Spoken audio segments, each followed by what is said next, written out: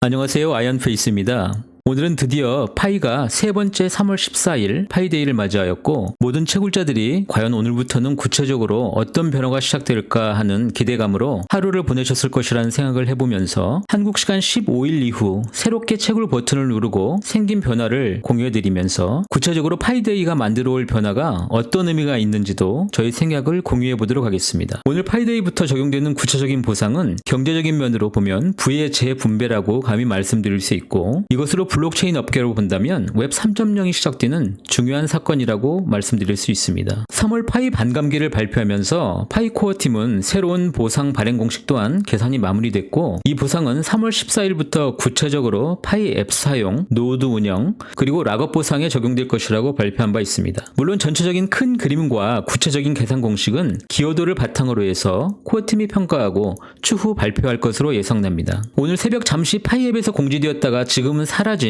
리워드 부분에서 새롭게 확인된 내용을 편집해서 보여드리려고 합니다. 베이스 레이트와 부스터 락업 리워드는 변동이 없었지만 맨 아랫부분에 유틸리티 유시지 보너스 관련해서 추가된 것을 볼 수가 있습니다. 특히 왼쪽 혼자서 채굴하시는 분의 경우에는 유틸리티 보너스가 전혀 적용되지 않았고 7명과 함께 채굴팀을 이루어서 채굴하시는 분에게는 유틸리티 사용 보너스가 약 0.19의 속도로 보상이 적용되는 것을 보실 수 있습니다. 그런데 지금은 전체 락업 컨피규레이션 자체가 메뉴에서 잠시 사라진 상황이어서 다시 한번 예상해보면 전체적인 항목별 계산식이 KYC 전후로 아마 별도로 발표할 것으로 예상해보면서 추가 유틸리티 보상 역시 KYC 이후에 소급 적용을 하지 않나 하는 그런 가능성을 갖고 예상해보고 있습니다. 경우에 따라서는 당장 내일이라도 코어팀이 화면을 바꾸고 구체적인 내용은 얼마든지 공지할 수도 있다고 생각합니다. 그리고 오늘 파이데이를 맞이해서 코어팀이 2021년 말 공식적으로 파이 채굴자가 약 3,300만 명에 도달했다고 공지하였습니다. 이 역시 대단한 숫자입니다. 그럼 파이 채굴자의 증가 속도에 대해서 한번 더 알아보도록 하겠습니다. 자료에 의하면 2021년 7월 시간당 3,500명, 즉 월 250만 명이 증가해서 가장 피크였던 걸로 기록되고 있고요. 올해 2022년 1월까지 시간당 약 1,500명, 월 110만 명 정도가 계속 증가한 것으로 기록되어 있습니다. 즉 이미 파이는 약 3,600만 정도의 채굴자 네트워크를 3월 현재 이미 도달했다고 짐작이 가능합니다. 그럼 실제 이 3천만 명의 힘은 블록체인 네트워크에서 어느 정도의 위력을 발휘할까요? 현재 전 세계 블록체인 업계에서 가장 영향력이 크고 억만장자인 바이낸스 CEO 창펑 자우에 의하면은 코인의 가치는 사용자 수와 그에 따른 사용 사례가 얼마나 많으냐에 따라서 가치가 형성되는 것이고 따라서 자신이 설립한 바이낸스 거래소의 상장의 첫 번째 조건은 사용자 순이라고 공지한 바 있습니다. 지금 화면에서 보시는 표는 상위 15개 탈중앙화 앱별로 월 사용자 수와 사용 금액을 집계한 자료입니다. 먼저 1위인 팬케이크 스왑은 월 420만 명의 사용자로 약 1680억 달러, 한화 180조 원의 디파이 자금 유치에 활용되고 있고 15위 스시스왑의 경우에는 월 24만 명의 사용자가 약 80억 달러, 한화 10조 원 기준의 디파이 금액으로 활용되고 있습니다. 특히나 현재 이미 3,600만 명이 넘는 파이의 경우에는 KYC 이후에 생태계 확장을 통해서 파이 지갑이 현재 이 표에서 보시는 대로 최강의 마켓플레이스, 게임, 디파이, 그리고 교환 기능을 가진 각 탈중앙화 앱과 연결되고 아마도 상상 초월한 수준의 금액이 거래될 것입니다. 바로 이것이 지갑 수, 사용자 수, 거래 금액, 소각이라고 하는 코인의 선순환 구조를 만들고 파이코인의 가격을 높이게 될 것입니다. 그럼 오늘 파이데이 기념으로 락업을 진행한 파이코인은 정말로 전 세계의 부를 재분배할 수 있는 수단이 될 수 있을까요? 이를 알아보기 위해서 잠시 저와 30년 전으로 여행을 가시면 됩니다. 1995년부터 2001년까지는 닷컴 버블의 시대였고 이때 수많은 인터넷 기업이 흥망성쇠를 겪은 결과 인터넷을 통한 신흥 부자들이 나타나게 됩니다. 그런데 엉뚱하게도 정보를 공유하는 툴이라고 믿었던 인터넷이 거꾸로 빈익분 부익부를 창출하는 결과를 낳게 됩니다. 이후 웹 1.0이 견고하게 자리를 잡은 이후 2008년엔 리만 브러더스발 전세계 금융위기가 발발하게 됩니다. 그러나 인터넷은 웹 2.0으로 스마트폰과 연결되는 시기가 도래하였고 본격적인 거대 인터넷 기업 페이스북, 아마존, 넷플릭스, 구글 등이 등장합니다. 2009년엔 금융위기에 대한 사회적 운동으로 블록체인을 대변하는 비트코인이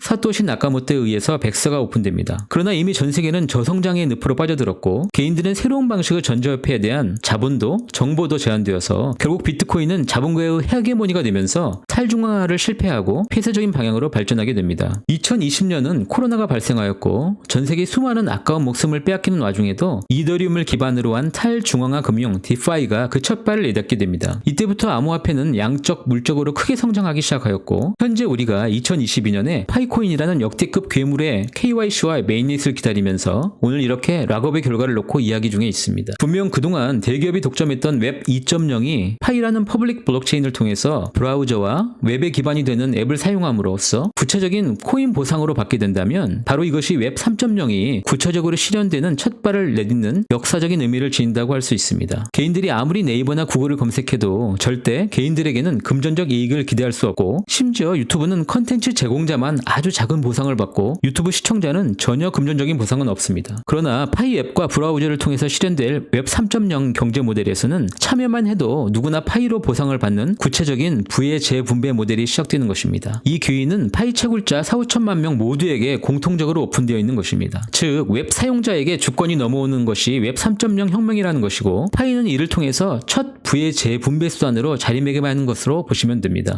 오늘 파이데이를 맞이하고 구체적인 보상 공식이나 KYC 일정은 여전히 기다릴 수밖에 없지만 아마 그 시간은 그렇게 얼마 남지 않았을 것으로 생각되고요. 오늘도 역시 함께 해주셔서 진심으로 감사드립니다. 저는 다음 영상으로 찾아뵙도록 하겠습니다. 감사합니다. 네, 제가 녹화를 마치고 파이 앱을 열어보니까 새로운 메인넷 마이닝 시뮬레이션 미리 보기라고 하는 항목이 다시 추가되었습니다. 그래서 안에 내용을 보시면 콘텐츠에서 말씀드렸던 유틸리티 사용 보너스가 그대로 추가가 되었습니다. 그러나 현재 전체 파이 채굴 속도에는 전혀 영향이 없고요. 아마도 이것은 KYC 전후에 전체 채굴 속도에 대한 발표가 있을 것으로 판단이 됩니다. 네, 감사합니다.